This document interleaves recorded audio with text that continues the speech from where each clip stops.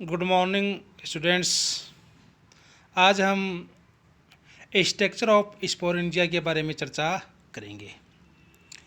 गुरु बीजाणुदानियाँ छोटे वर्णयुक्त लगभग गोल संरचना होती है। ये एक स्तरीय पतली भित्ति की कोशिकाओं की जैकेट द्वारा आवृत रहती है। जैकेट के भीतर की और दो स्तरीय टेपिटम स्थित होता है। परिपक्व अवस्था में टेपिटम विघटित हो जाता है। गुरु बीजाणुदानी में एक क्रियाशील मेगास्पोर मात्र कोशिका से 4 मेगास्पोर बनते हैं, जिनमें से 3 नष्ट हो जाते हैं। इस प्रकार परिपक्व बीजाणुदानी में केवल एक बड़ा मेगास्पोर होता है जो एक स्तरीय जैकेट द्वारा आवृत रहता है। लघु बीजाणुदानी लंबे वर्णयुक्त अंडाकार संरचना होती है तथा यह आकार में गुरु बीजाणुदानी से छोटी होती है। इनकी संरचना गुरु बीजाणुदानी के समान ही होती है, परंतु विशेष बात इनमें 32 से 64 माइक्रोस्पोर पाए जाते हैं। लघु बीजाणु आकार में छोटे होते हैं। तो हमें यह ध्यान में रखना है कि मेगास्पोर 1 और माइक्रोस्पोर 32 से 64 तक बन सकते हैं। अब है स्पोरोकार्प का स्फुटन किस प्रकार से होता है। स्पोरोकार्प की भित्ति अत्यधिक मोटी व कठोर होती है, इसलिए इसे गलाकर स्फुटित होने में 2 से 3 वर्ष का समय लगता है। लेकिन इस अवधि में बीजाणुओं के अंकुरण क्षमता पर कोई प्रभाव नहीं पड़ता। स्पोरोकार्प में बीजाणुओं के अंकुरण क्षमता 20 से 30 वर्ष या अधिक वर्षों तक बनी रहती है। कृत्रिम रूप से स्पोरोकार्प की अभ्यक्ष मध्य रेखा पर कट लगाकर जल में रखने पर यह अभ्यक्ष सतह पर 2 कपाटों में खुल जाती है, यानी जो वेंट्रल मीडियन लाइन है उस पर कट लगाया जाता है। इसके फलस्वरूप जल स्पोरोकार्प के अंदर पहुंच जाता है। प्राकृतिक अवस्था में भित्ति के गलने पर जल स्पोरोकार्प के अंदर पहुंचता है।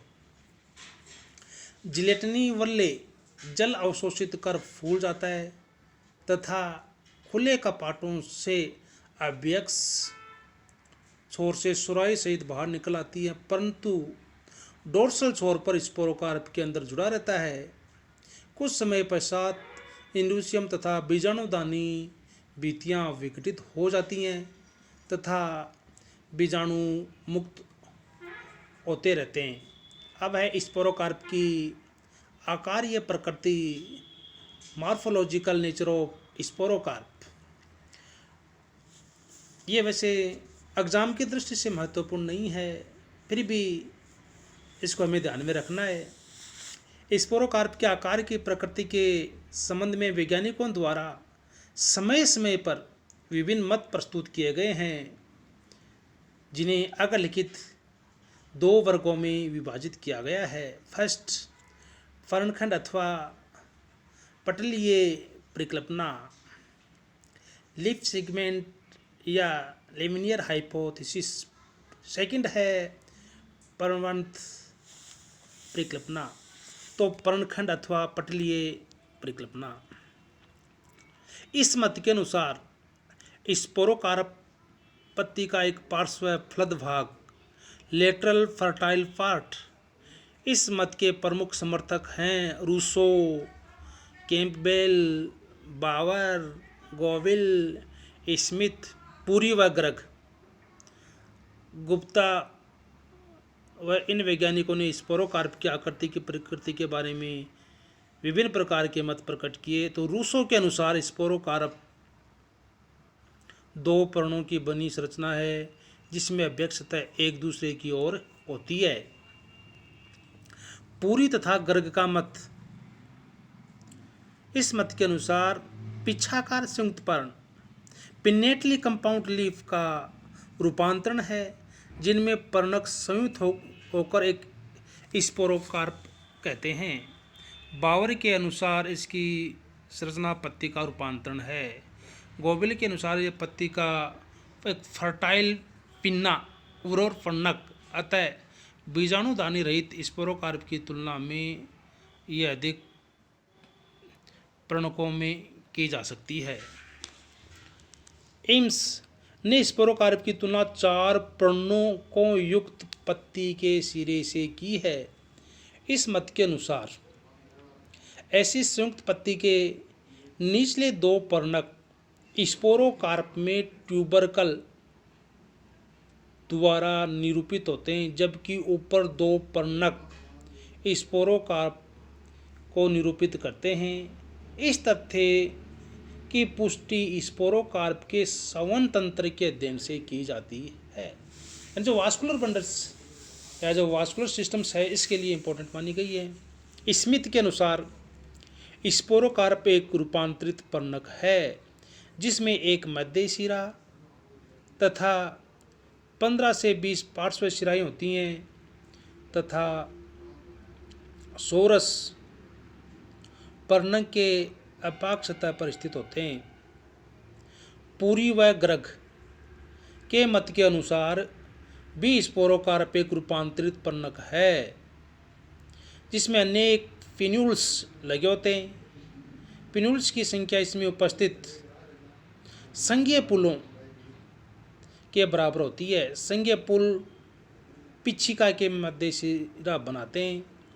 प्रत्येक पिन्यूल्स अपनी लगभग आधी लंबाई तक 2 पालियों में विभाजित होते हैं तथा प्रत्येक पाली में संघीय पुल की एक शाखा प्रवेश करती है। इसके अनुसार सोरस पिच्छिकाओं के केवल भीतरी उर्वर उपांतों पर ही पाए जाते हैं। गुप्ता ने पुरी व ग्रग के मत का समर्थन किया। इसके अनुसार स्पोरोकार्प एक रूपांतरित पर्णक है जिनमें पालियों की संख्या इसमें उपस्थित संघीय पुलों की संख्या के बराबर होती है। सोराई पिच्छिकाओं की पालियों के गर्तों पर उपस्थित होती हैं। अब दूसरी परिकल्पना पर्णवंत परिकल्पना प्यूटुलर हाइपोथेसिस। यह मत जॉनसन के द्वारा प्रस्तुत किया गया। इसके अनुसार मार्सिलिया का स्पोरोकार्प बंदे पत्ती स्टाइल लीफ के समजात है जिसमें पत्ती की उपांत की कोशिकाएं पर्णफलक लेमिना के स्थान पर बीजाणुदानियां बनाती हैं। इस मत के अनुसार स्पोरोकार्प एक पर्णक का रूपांतरण न होकर संपूर्ण पत्ती का रूपांतरण है। यह परिकल्पना स्पोरोकार्प तथा पूर्ण पत्ती में पाए जाने वाली समान शीर्षस्थ वृद्धि पर आधारित है।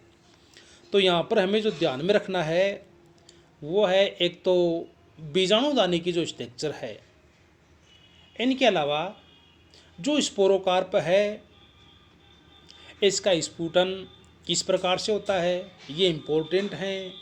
इनकी हमने चर्चा की। नेक्स्ट वीडियो में हम पढ़ेंगे मेल गेमिटोफाइट।